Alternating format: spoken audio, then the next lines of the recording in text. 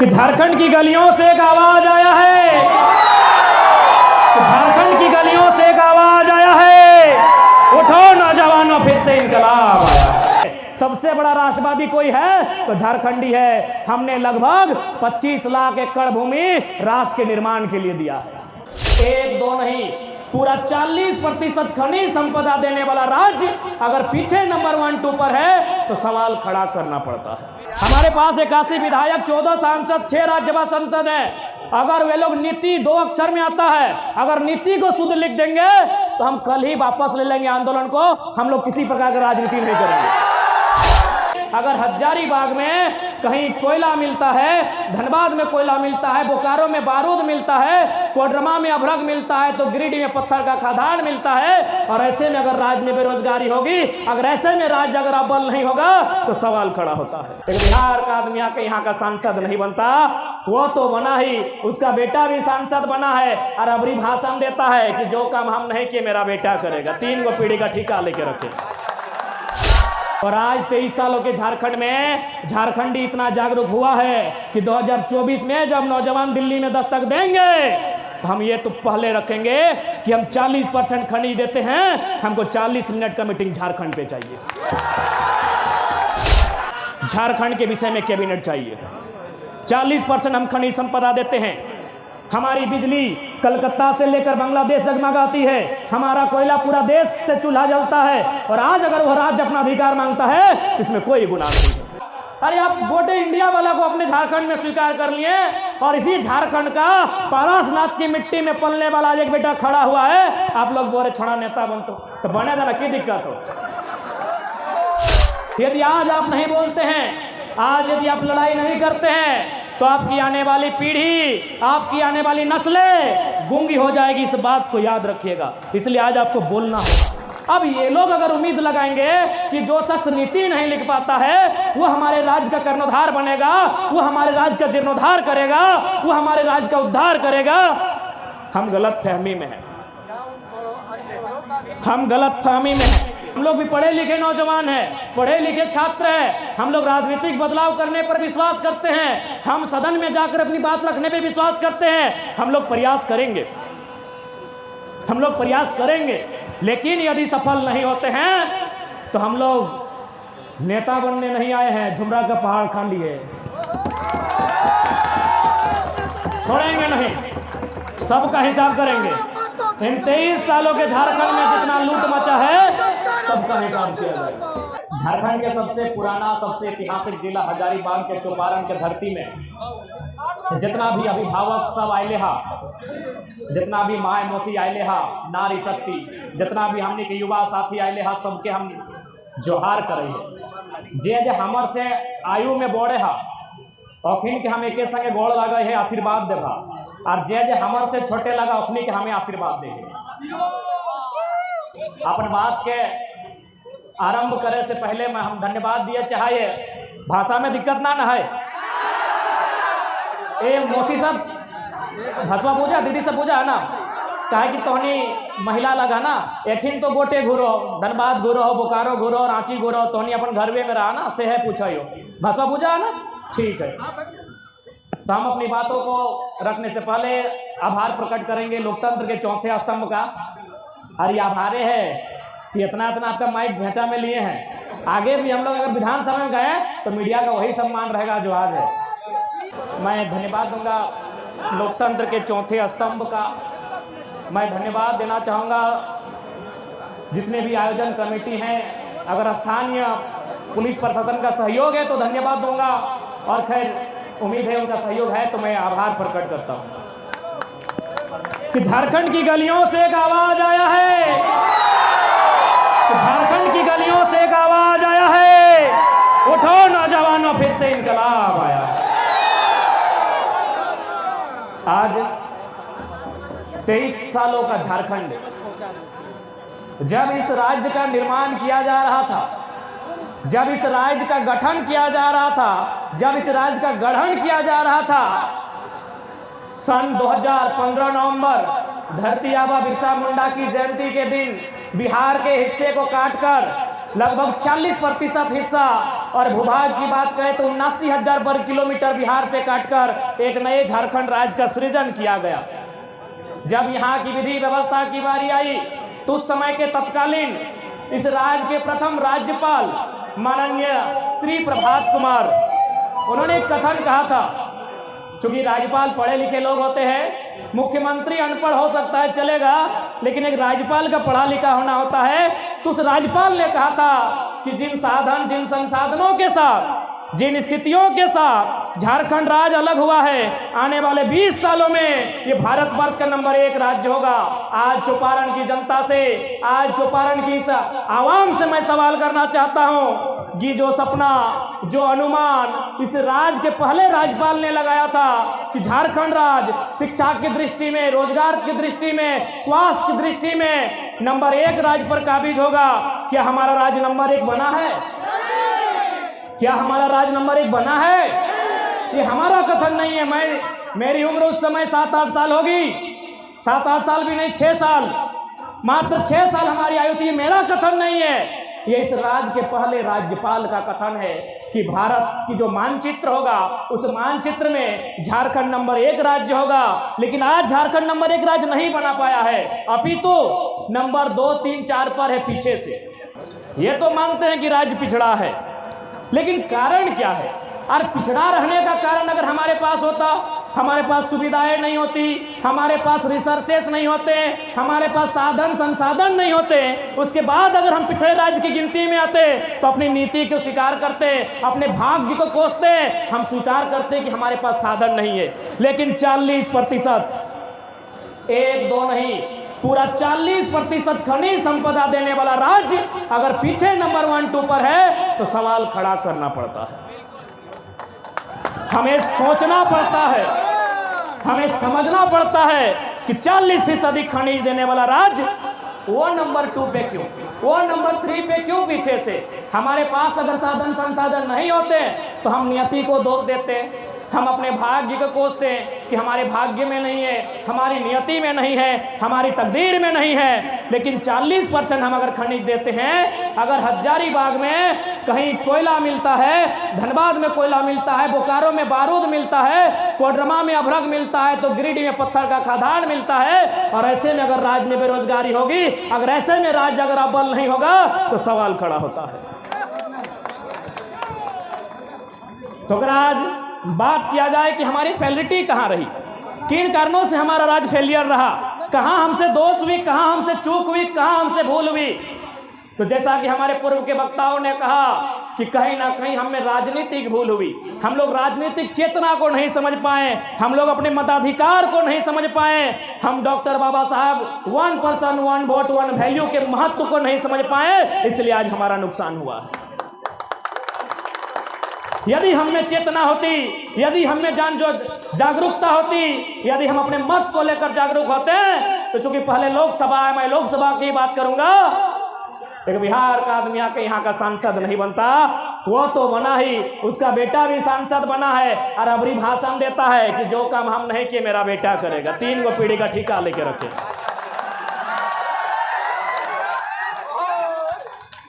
अभी जो वर्तमान में हजारीबाग लोकसभा है ना, अभी जो वर्तमान के सांसद हैं, अभी जो वर्तमान के सांसद हैं, उनके पिताजी भी सांसद थे, बकायदा केंद्र मंत्री भी रहे, ये भी केंद्र में राज्य मंत्री रहे। अब ये कहीं जाते हैं किसी योजना में तो अपना बेटा को बगल में फोटो खिंचाते हैं, क्योंकि आज के डेट में थोड़ा फोटो खिंचवा लोग भी सोचता है, तो फोटो खिंचा के बोलते हैं कि जो काम हम नहीं किए मेरा बेटा पूरा करेगा। तो ये धिक्कार है कि नहीं? झारखंडी जनमानस के ऊपर एक सवाल है कि नहीं? क्या हम लोग जीवन भर एक भीड़ बनने के लिए पैदा हुए हैं? क्या हमारी आने वाली पीढ़ी यूं ही पलायन करेगी?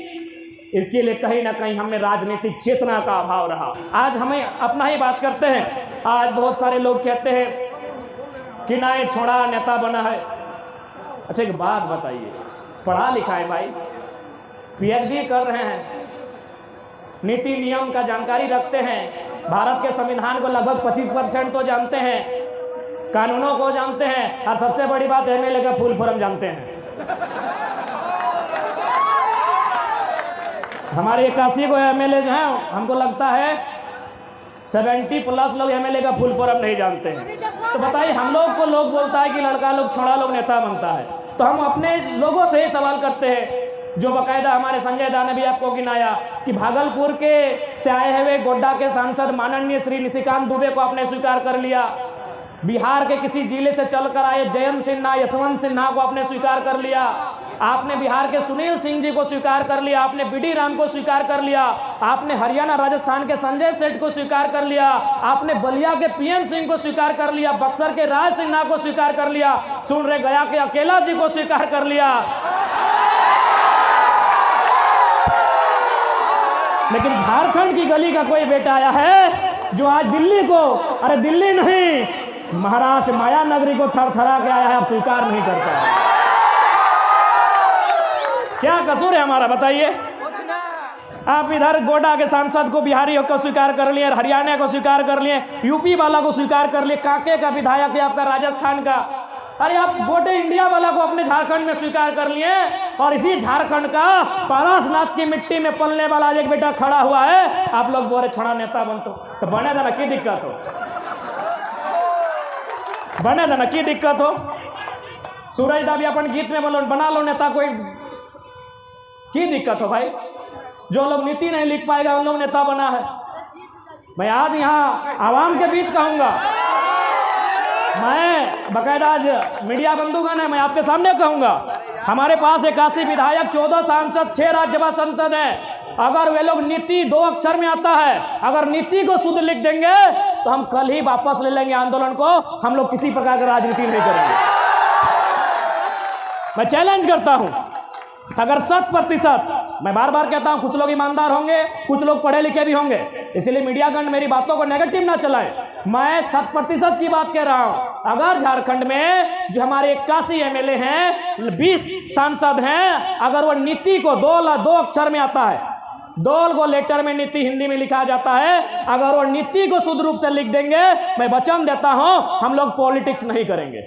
जो लोग से हम बात कर रहे थे उन लोग सर में हाथ लिया कि इतना अत्याचार झारखंड में होता है, इतना अन्याय होता है। हम बोले हाँ, इससे भी ज्यादा अन्याय होता है।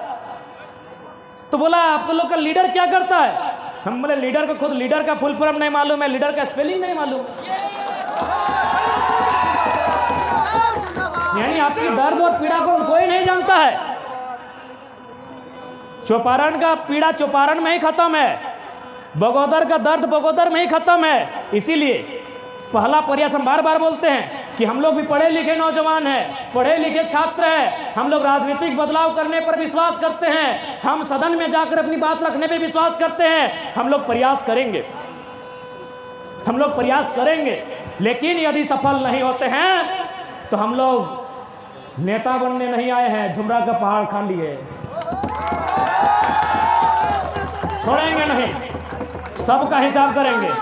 इन 23 सालों के झारखंड में जितना लूट मचा है सबका हिसाब किया जाएगा।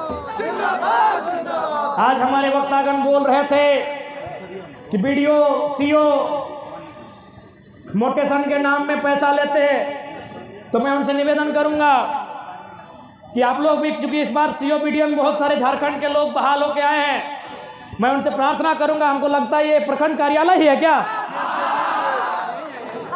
एकदम सीधा सीधा खड़ा कर दिए हैं, माने एक फुटबॉल का किक के दूरी में प्रखंड कार्यालय है। हो सके बीडीओ साहब नहीं होंगे, उनके कर्मचारी लोग होंगे,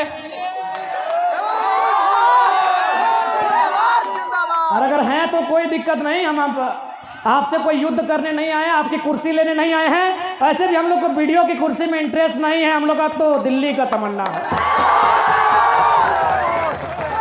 तो मैं बीडीओ साहब आपसे हमली रिक्वेस्ट करूंगा, खिड़की खोल के आप भी सुन सकते हैं, आपसे हम युद्ध करने नहीं आए, आपको एक संदेश देने आए हैं। संडे है, अरे कोई नहीं, संडे में कोई ना कोई होगा तो, अरे आवाज बदले ना होंगे ना,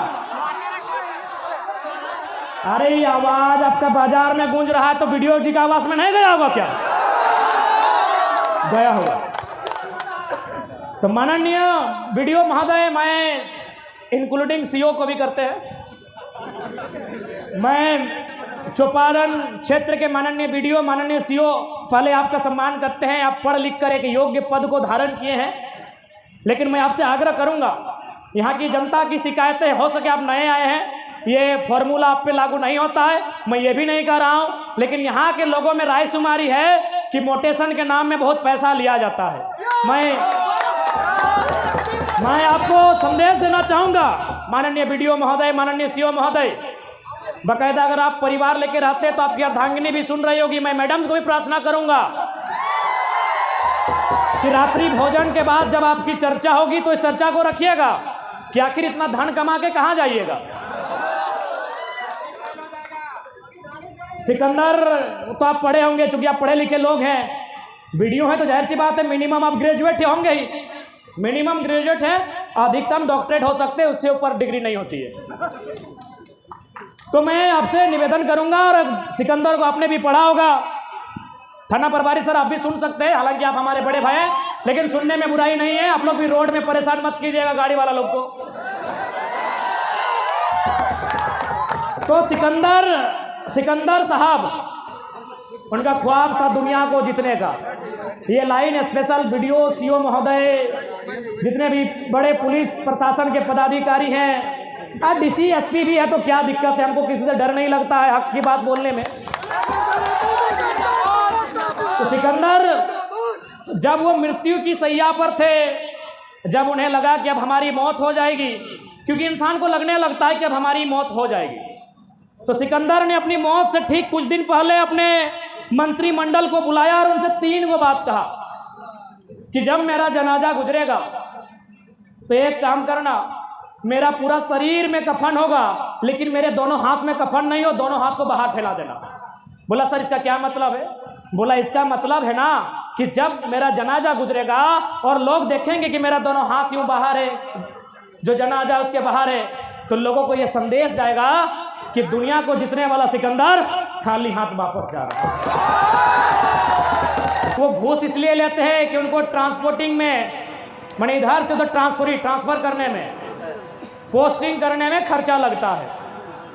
तो मैं ये प्रयास करेंगे हम लोग, यदि हमारे युवा चुनकर सदन में जाते हैं, यदि सदन के भीतर वो जाते हैं, तो हम लोग एक माहौल बनाने का प्रयास करेंगे। हम जनता को इतना मजबूत बनाएंगे, जनता को इतना सशक्त करेंगे कि यदि कोई पीडीओ, सीओ, दरोगा यदि ट्रांसफर पैसा लेके आया है, वो डर के मारे उस क्षेत्र में नहीं आएगा। जनता को इतना पावरफुल बनना होगा। आज जनता को पावरफुल बनना होगा। आज ये बालू हमारा है, ये गिट्टी छर्री इस पर हमारा अधिकार है, ये नदियों का पानी हमारा है, लेकिन आज अगर इसमें कोई प्रशासन के लोग टैक्स ले रहे हैं तो आज जनता को मुंह खोलना होगा। आज आपको बोलना होगा।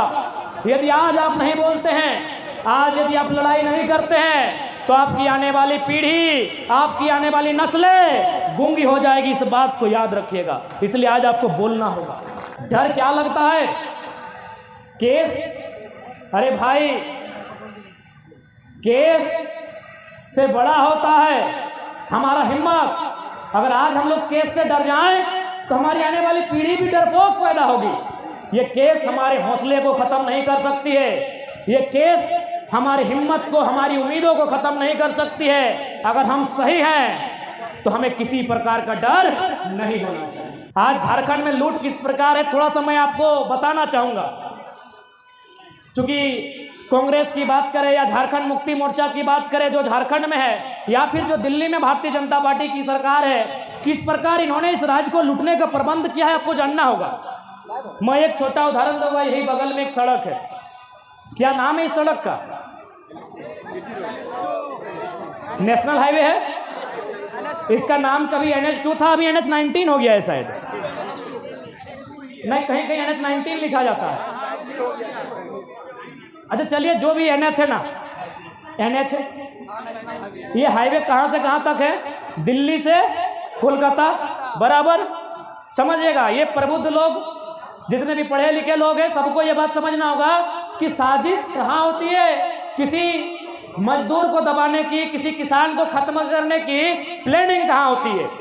ये सड़क, जो दिल्ली से कलकत्ता ऑलरेडी बना है, अच्छी सड़क है, बहुत चौड़ी है। क्योंकि आपके इधर थोड़ा काम नहीं हुआ है, जो भी कारण है, लेकिन हमारे बगोदर के बाद तो एकदम धुआं धुआं है। आप 1 मिनट में 2 किलोमीटर जा सकते हैं, आप आधा घंटा में बगोदर से धनबाद जा सकते हैं, यानी एकदम हवाई जहाज की तरह दौड़ सकते हैं, यानी सड़क में कोई खराबी नहीं है। अब देखिए ये लोग किस प्रकार से चाहते हैं कि सत्ता में बने रहें और किसान लाचार मजदूरों को दबाते रहें।